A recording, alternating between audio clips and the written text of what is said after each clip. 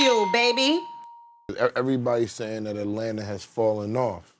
That they allowed a lot of plans. See space, look at space. Yes.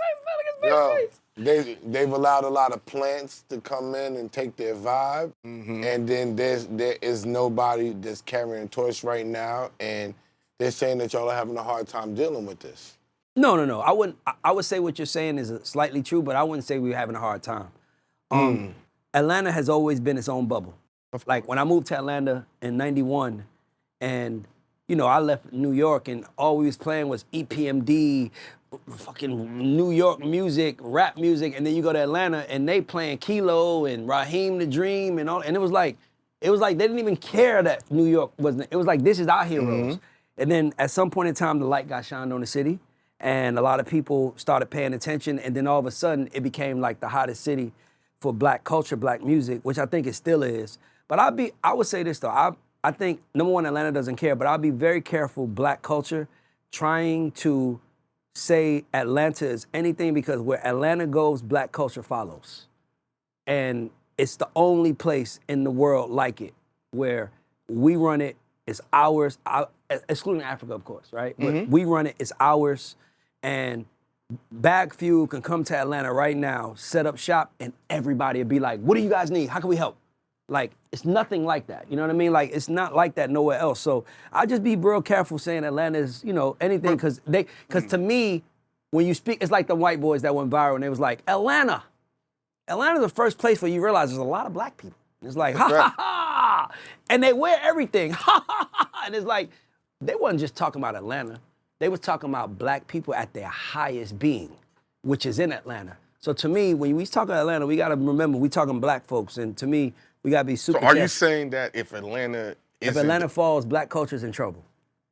If Atlanta goes down, black culture is in trouble. Why do you say that? Because we're the only people that own it. Like, we in New York right now. Like, I don't know who owns New York. Like, New York.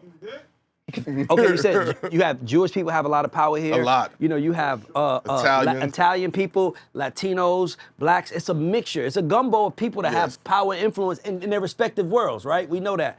Atlanta, it is all us. It is all black. Yeah.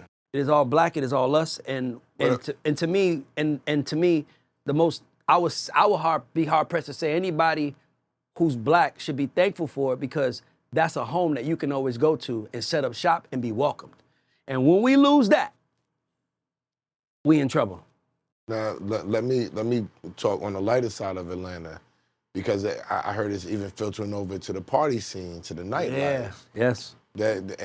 And that's part of the meat and potatoes of why people come to Atlanta is to honestly, nightlife is to have a special. good time, to have a good time around your people. And if that's falling off too, what's up with that? Is something deeper, more ingrained that got to be going on? Are they trying to slow down what black we're just discussing? You know what? I think if you pay attention, if you live there, Google just moved there. Amazon is setting up there. Rivian trucks is setting up there. The electric. So Atlanta is becoming very, very corporate. So where you can have me and you can have our little juke joint right there in downtown Atlanta. Now they're like, man, we could build a 70-story condo there, and instead of them guys paying us their taxes, we can give them $7 million, buy them out, and build a $100 million building there, and then all of a sudden, so they're turning into a mini New York. It's turned into a mini New York. So it's a lot of buildings going up. It's a lot of stuff going up. But to me, it's going to be very interesting. That's why when SO70 said, I'm like, hey, we got to be careful, because you're not wrong. But it's like... It's a sinister play? To me, I don't know if it's a sinister play as much as it's just the next play available, and it's like, we're going to get what we can get, But let me say this. I'm not saying it in a way that I'm mad at Atlanta. No, I don't think you are. I'm bragging. When we're speaking on what we're speaking on, it's purely because I'm hearing the rumblings of what people are saying. But be honest with you, they've been saying that in Atlanta for the last 3 years internally. Like, we don't have no superstars.